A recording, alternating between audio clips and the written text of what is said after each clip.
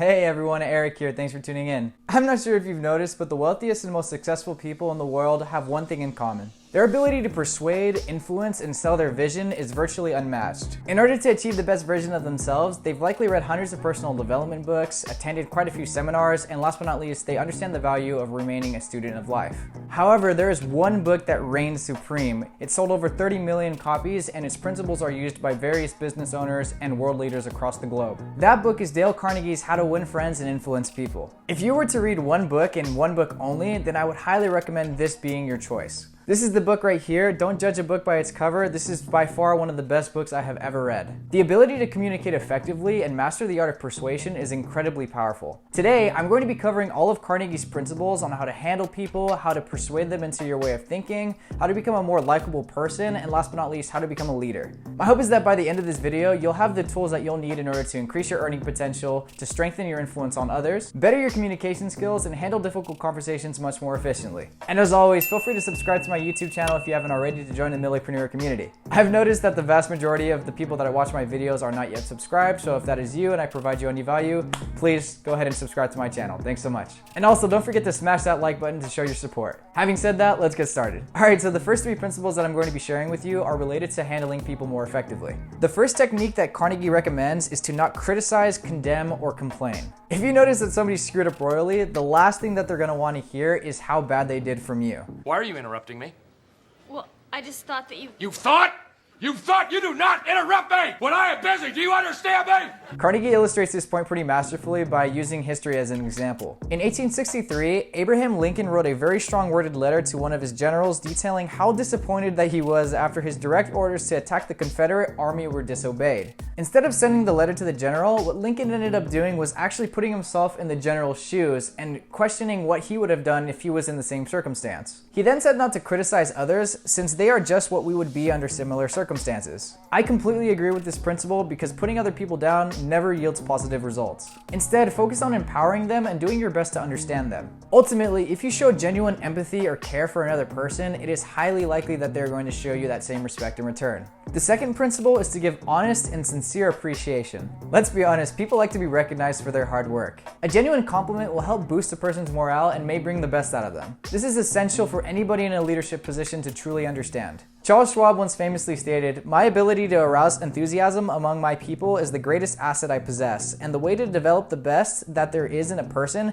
is by appreciation and encouragement." Today, Charles Schwab's company is one of the largest banking institutions in the world and currently holds $3.3 trillion in client assets. Don't be that manager that everyone avoids out of fear of humiliation. Those fear tactics will not motivate your team to go above and beyond what is expected of them. If anything, it will have the exact opposite effect. The third and final principle in this category is to arouse in the other person an eager want. This technique is synonymous with the first principle since its goal is to put yourself in that other person's shoes and see it from their perspective. It is so easy to talk about ourselves and what we want, but it's a little bit more difficult to provide value to someone else and what they want.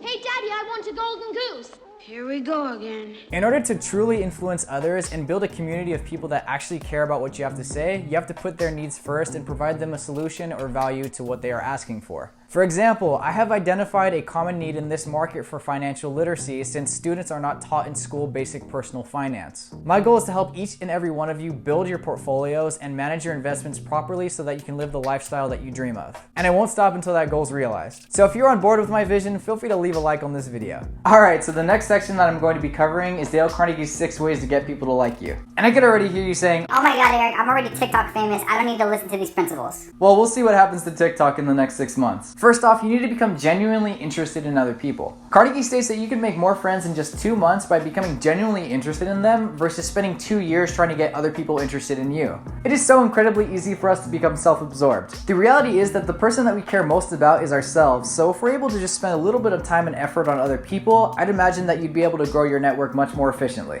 Carnegie uses a pretty funny example to illustrate this point by talking about how dogs are the only animals that don't have to work for a living. Isn't that right, Lola? However, this interest in other people truly has to be sincere in order for it to work effectively. Don't be that person that goes and tries to promote their own content on other people's channels by leaving irrelevant posts that have nothing to do with what's being shown. Become intrigued by other people's work. You might learn something new and it will pay you dividends moving forward. Alright, so now the next principle is simple yet very effective, and it's to smile. I don't know about you guys, but when I feel crappy, smiling actually instantly helps me get out of my mental rut. Having a positive attitude and smiling through adversity will really help build your character. It is easy to smile when you are winning or things are going your way, but what separates the best of the best from the average Joes is their ability to keep their heads up when times are tough and continue to press on and move forward. Believe it or not, when I'm on a cold call, I am actively smiling because it's as if the prospect can hear me smiling through the tone of my voice. But after calling literally thousands of prospects, smiling actually positively affects my tone of voice, it helps me feel more confident, and it definitely leads to more meetings booked. Now, the third principle is so simple yet so difficult for me, but it's to remember people's names. Remember that a person's name to that person is the sweetest and most important sound in any language. I am so bad with names though, I definitely need to get better at that and increase my memory capacity.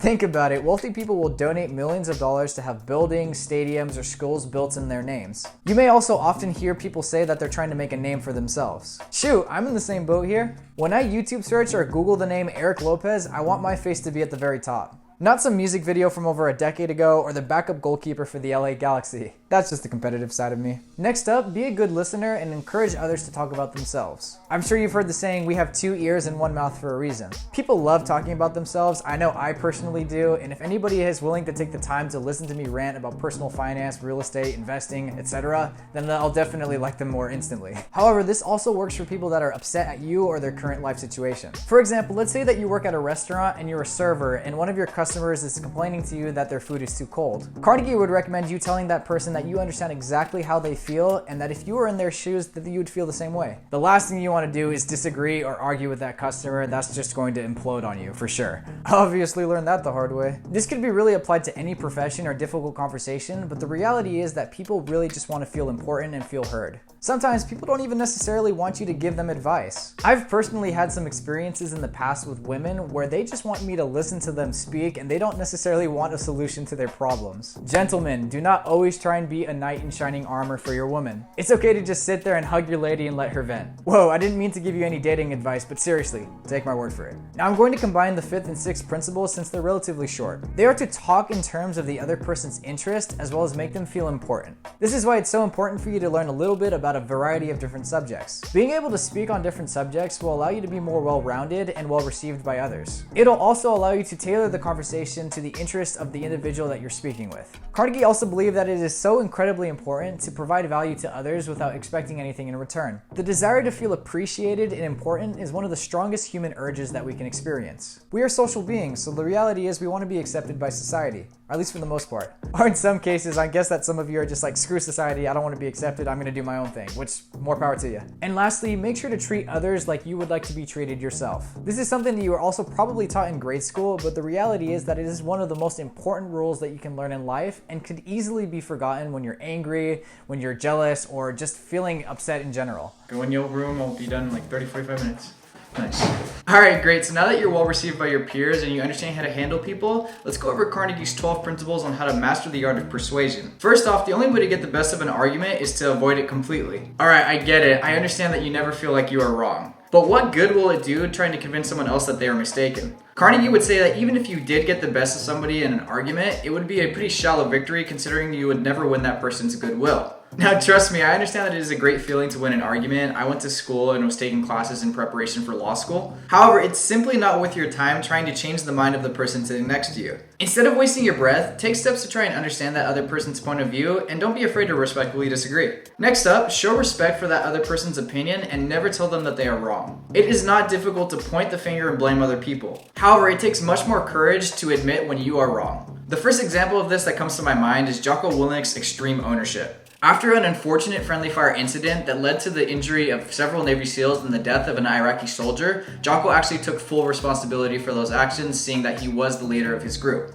This took tremendous courage from Jocko, considering that someone actually died on the battlefield because of his mistake. But it earned him the respect of his squad members as well as his superiors. Now the third principle ties into the second, but if you are wrong, just admit it and do it quickly. Jocko's story is obviously an extreme circumstance. I can assure you that in any profession, if you are wrong and you admit it quickly, you're going to gain a lot more respect than if you're trying to point the finger or find someone else to blame. And this also works for arguments as well. If you are wrong in an argument and you admit it, then the argument's over. That's when something miraculous happens. The other person may actually start to make concessions and admit their own faults. So by admitting that you are wrong, you are actually able to make peace. The fourth principle is to begin in a friendly way. This one's pretty self-explanatory, but just do your best to be friendly to everyone that you encounter. Carnegie wrote that a drop of honey attracts more flies than a gallon of gal. Now, I literally had to Google search what gal meant, but I guess that means guts. Gross. The next principle is to start with questions that will get the other person to say yes. The idea is that you begin a conversation with questions that will give you a yes response. These questions should be fairly easy. Now that that person's gotten used to saying yes to you, it's much more likely that they're going to be saying yes to the more difficult questions, or at the very least, they'll be open to hearing what you have to say. Now, the next 7 principles that Carnegie emphasizes are relatively short and straightforward, so I'm going to go ahead and zoom through them. 6th, let the other person do a great deal of the talking. Again, most people like hearing themselves talk. 7th, let the other person feel the idea is his or hers. People like to feel like they came up with their own ideas.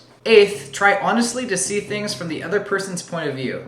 Put yourself in that person's shoes. 9th, be sympathetic with the other person's ideas and desires. People want to feel important. They also want to feel appreciated. So if you're able to communicate that effectively, they're going to like you. 10th, appeal to the nobler motives. If your vision aligns with that other person's, it's going to be much more likely that they're going to follow you. 11th, dramatize your ideas. This is something that visionaries do best. Being passionate about your goals and your vision will attract other people like nothing else will. And finally, 12th, throw down a challenge. I don't know about you, but I love a competition. It's one of my driving forces. I absolutely hate losing, so if my manager starts a competition between me and some of my coworkers, I'm going to win. There doesn't necessarily even have to be a prize. Winning in itself is a prize to me. Fantastic. I know that we went through a lot of information, but you should now understand the general principles of persuasion. The last thing that we're going to cover is Carnegie's techniques on how to be a leader. First, begin with honest praise and appreciation. Do you remember the first principle that we covered? Do not criticize, condemn, or complain. This principle adds that if you are going to give someone constructive criticism, go ahead and begin the conversation with something that they did well. People will be much more receptive to your feedback after you've highlighted the things that they've done well. Second, call attention to people's mistakes indirectly. Like I said previously, nobody enjoys being told that they are wrong, so find some subtle way to show them the right way of doing things. Third, talk about your own mistakes before criticizing someone else's. Whenever something goes wrong, make sure to admit your own faults prior to criticizing someone else. An easy way that I remind myself about this principle is by asking myself,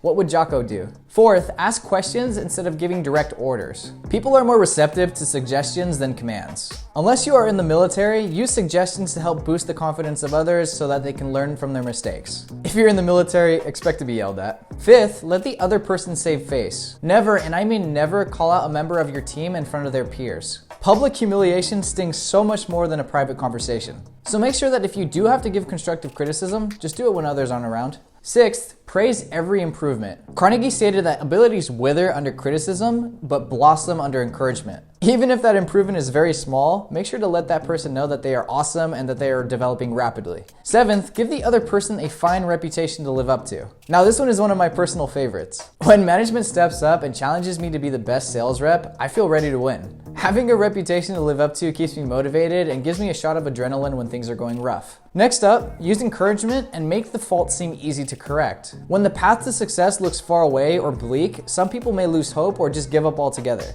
Instead, make it seem as though this path, although it is long, is absolutely achievable, and then lay out the steps necessary to get there. And last but not least, the 9th principle on this list is to make the other person happy about doing what you suggest. By practicing what you preach and setting a good example for your team, it will make it much more likely for them to listen to you. Yell at you guys.